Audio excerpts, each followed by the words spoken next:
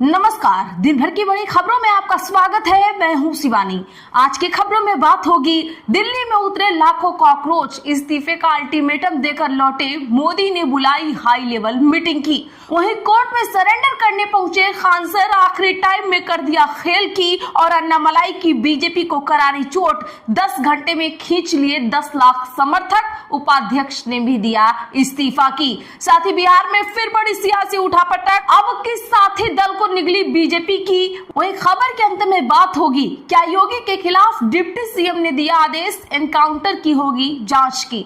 इसी के साथ आज दिन भर की सही बड़ी और प्रमुख खबरों को जानेंगे विस्तार से। उससे पहले एक नजर सुर्खियों पर। 7 बार के सांसद को मंत्री पद से हटा सकती है भाजपा, जानिए क्यों हो रही लखनऊ भेजने की तैयारी।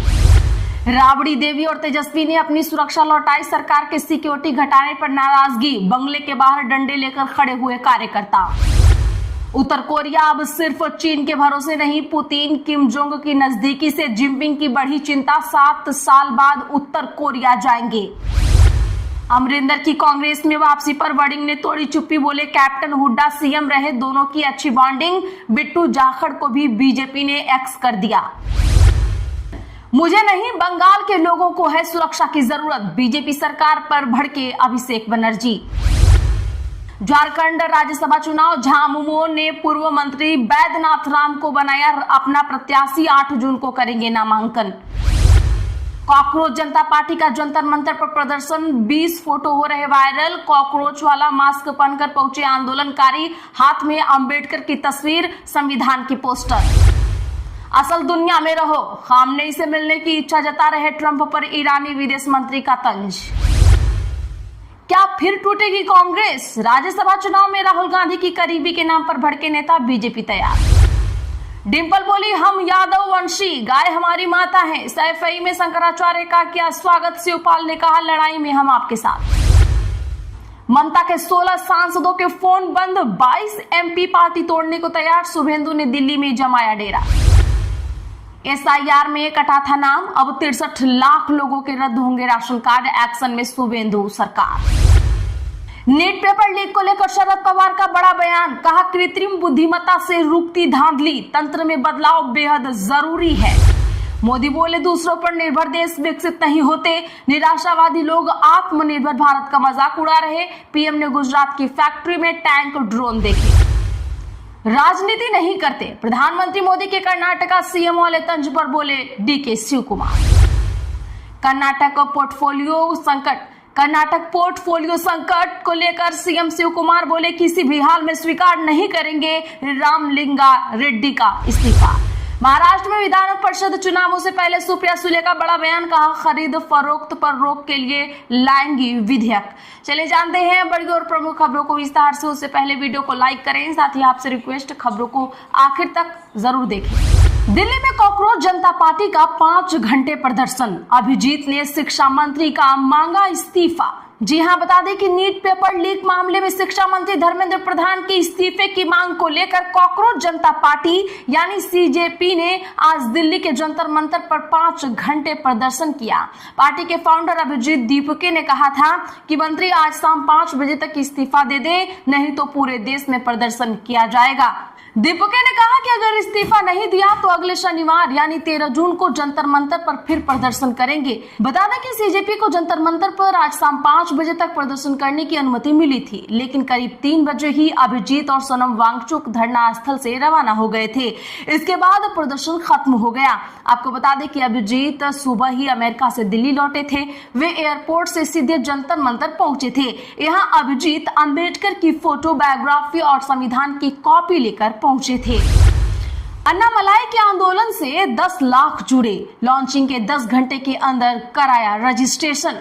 जी हां, तमिलनाडु भाजपा के पूर्व अध्यक्ष के अन्नामलाई ने अपने आंदोलन इधु नम्मा इयक्कम को शुरुआत में ही बड़ा जन समर्थन मिलने का दावा किया गया है। अन्नामलाई के अनुसार आंदोलन शुरू होने के 10 घंटे के भीतर ही 10 लाख से ज्यादा लोगों ने रजिस्ट्रेशन करा लिया है। अन्नामलाई ने इसे लोगों का आंदोलन बताते हुए कहा कि यह राज्य के भविष्य को लेकर साझा और सोच मिशन का प्रतीक है।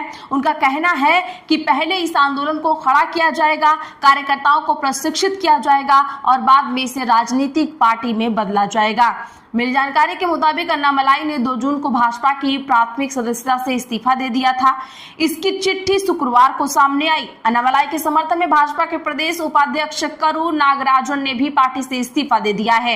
उन्होंने पत्रकारों से बातचीत में कहा कि मैंने और कई भाजपा नेताओं ने अन्नामलाई का समर्थन करने का फैसला किया है। अन्नामलाई ने भाजपा से इस्तीफा देने के बाद 5 जून को नई पार्टी बनाने की घोषणा की। सोशल मीडिया पर वीडियो मैसेज में कहा, आज हम अपना स्वतंत्र आंदोलन खड़ा कर रहे हैं। हमारी पार्टी तमिलनाडु में 2031 का विधानसभा चुनाव लड़ेगी। फायरिंग मामले में खान सर नहीं करेंगे सरेंडर, वकील बोले अग्रिम जमानत याचिका दायर करेंगे, एफआईआर गलत।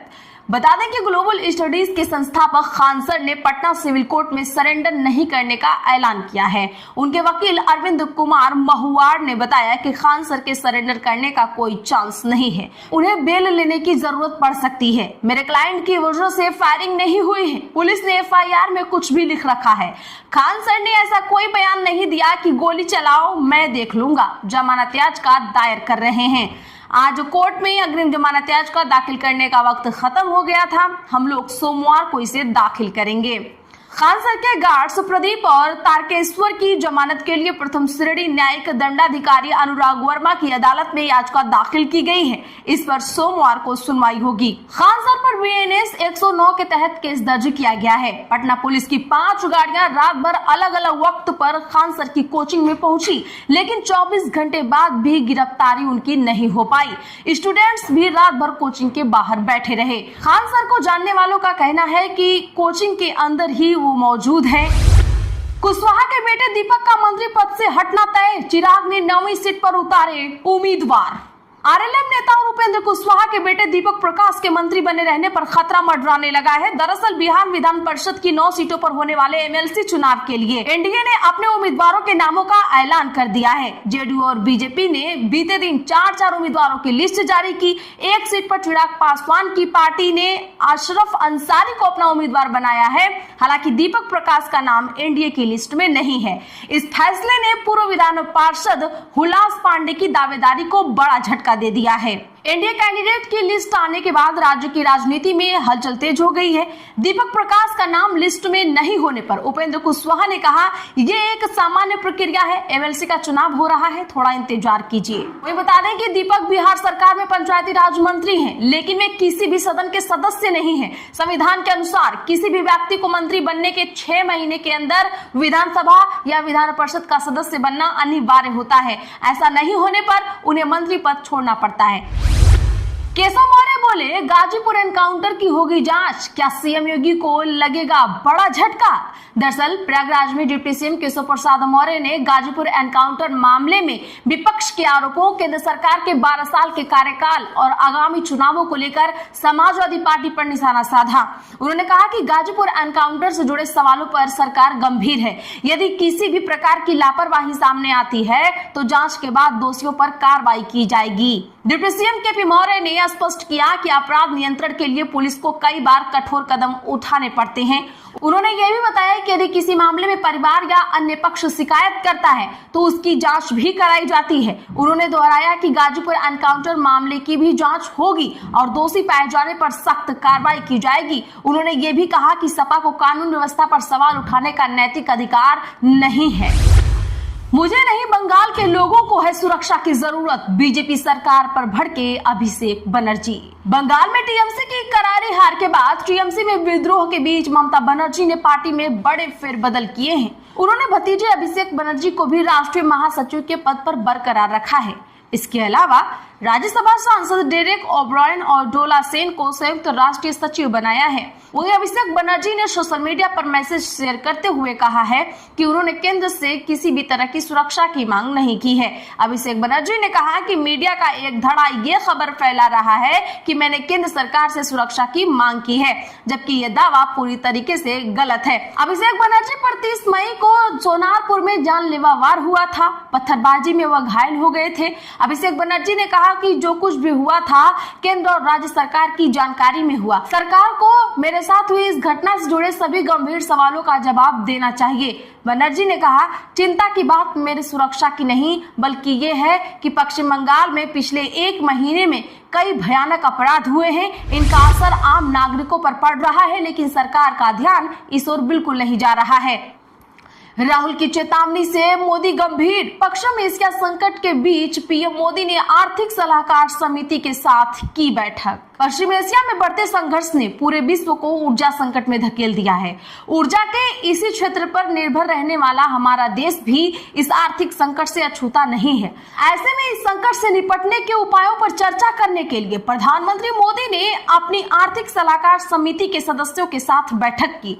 इस बैठक में लोगों के जीवन को बेहतर बनाने और तमाम संकटों के बीच व्यापार को सुचारू रूप से चलाए रखने के लिए विभिन्न सुधारों पर बातचीत हुई। सूत्रों के मुताबिक प्रधानमंत्री की अध्यक्षता में हुई इस बैठक में देश की आर्थिक विकास दर को बढ़ाने और बाहरी आर्थिक झटकों से देश को बचाने के ऊपर चर्चा की गई। प्रधानमंत्री की आर्थिक सलाहकार समिति के सदस्यों ने बदलते वैश्विक परिदृश्यों को लेकर भारत की क्या भूमिका हो सकती है, जो आर्थिक प्रभाव पड़ रहे हैं, इनसे कैसे बचा जा सकता है, इसका आकलन प्रस्तुत किया। तो आज के लिए बस इतना ही। ऐसी ही खबरों के लिए चैनल सब्सक्राइब करें और बगल में घंटी के निशान को जरूर दबा लें। वीडियो को लाइक और शेयर करना ना भूलें।